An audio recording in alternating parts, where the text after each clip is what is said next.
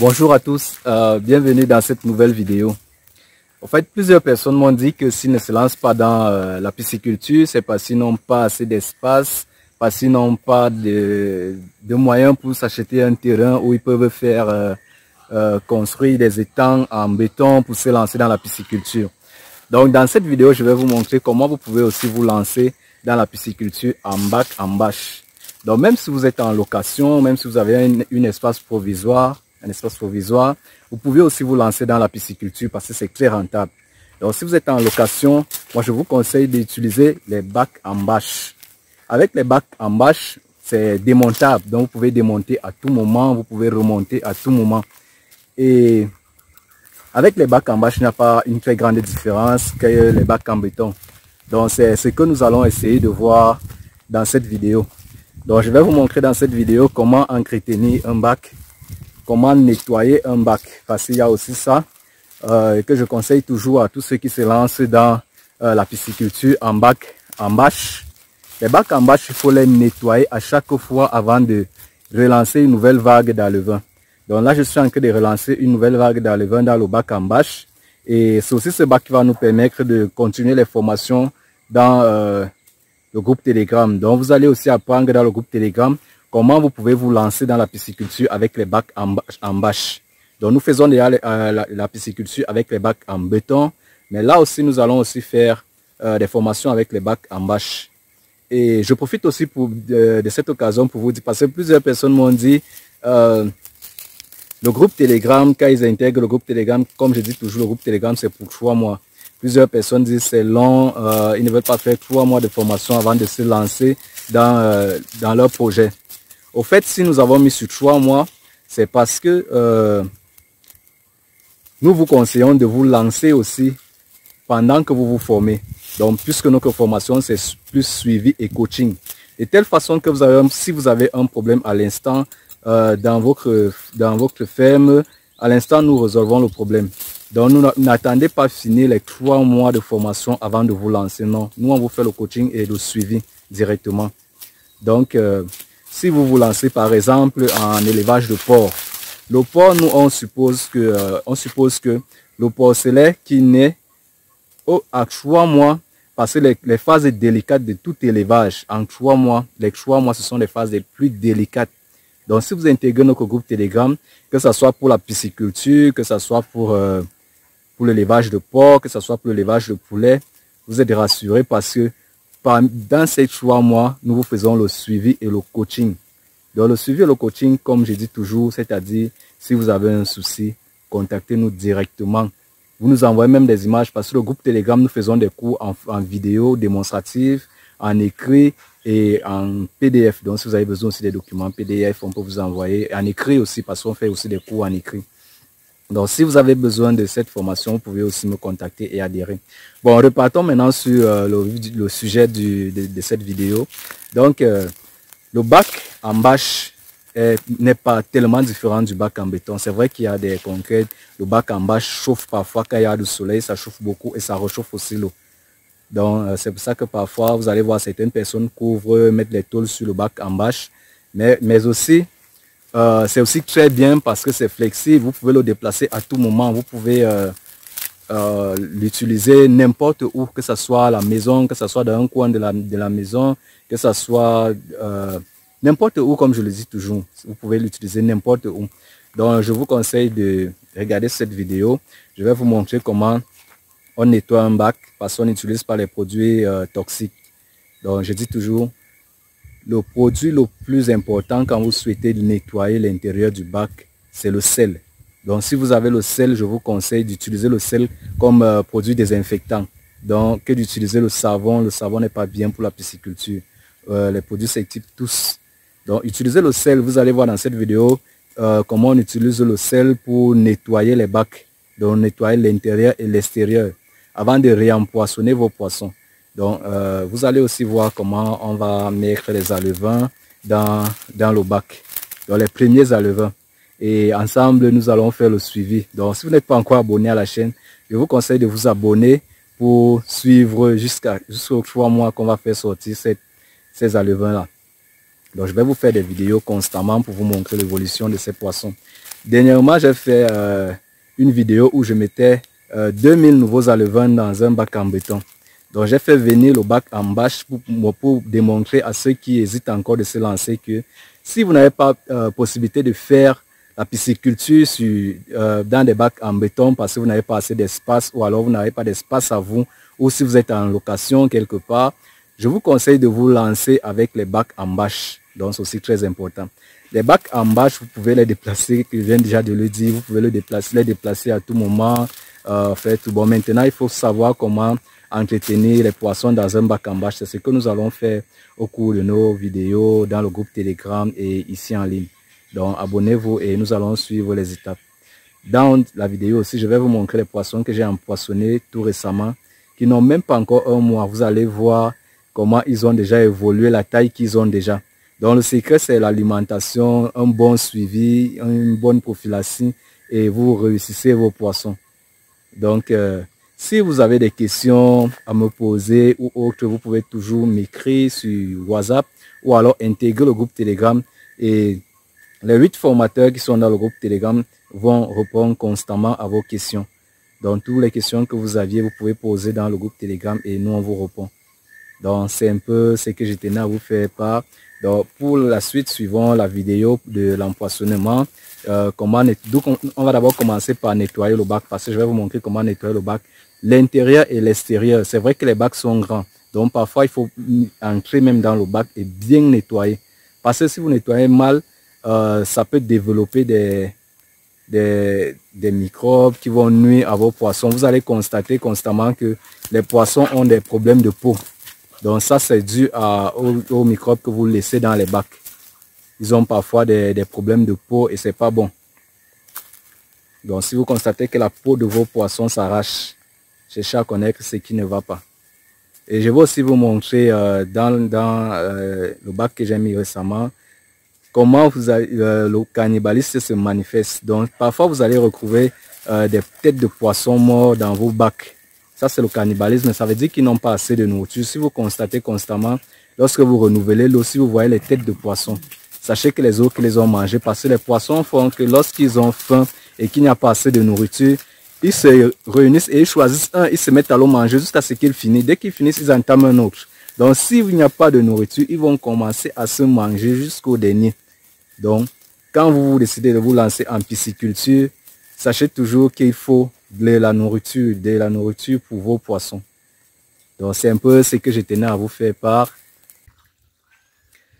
Donc, ici, vous pouvez juste prendre un tuyau que vous mettez sur le robinet et qui amène l'eau dans votre bac. Donc, vous n'êtes pas obligé de faire une longue tuyauterie qui va vous coûter un peu plus cher. Et vous rechargez simplement votre bac avec. Comme vous pouvez voir là.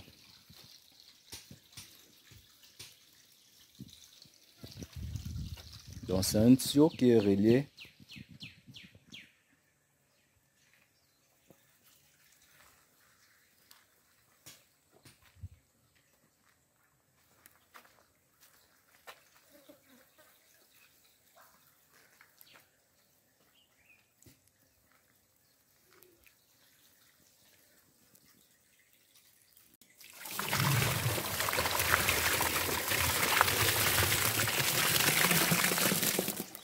Vas-y.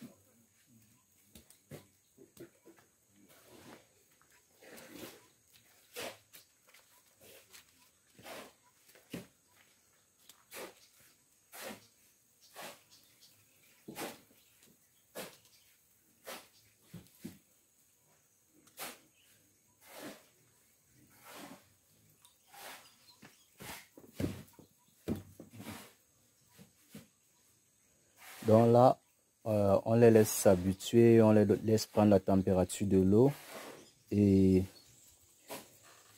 après on va donner l'aliment. Donc comme vous pouvez constater, je vais filmer au fur et à mesure et vous montrer comment ça va évoluer.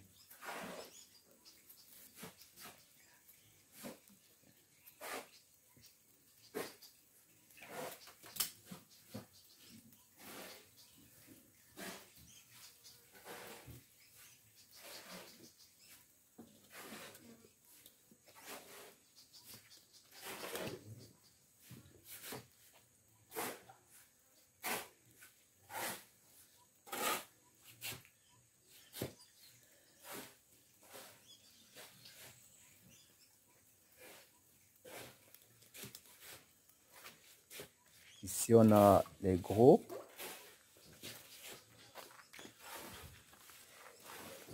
Et ici aussi, là, ce sont les moyens que je venais d'empoisonner.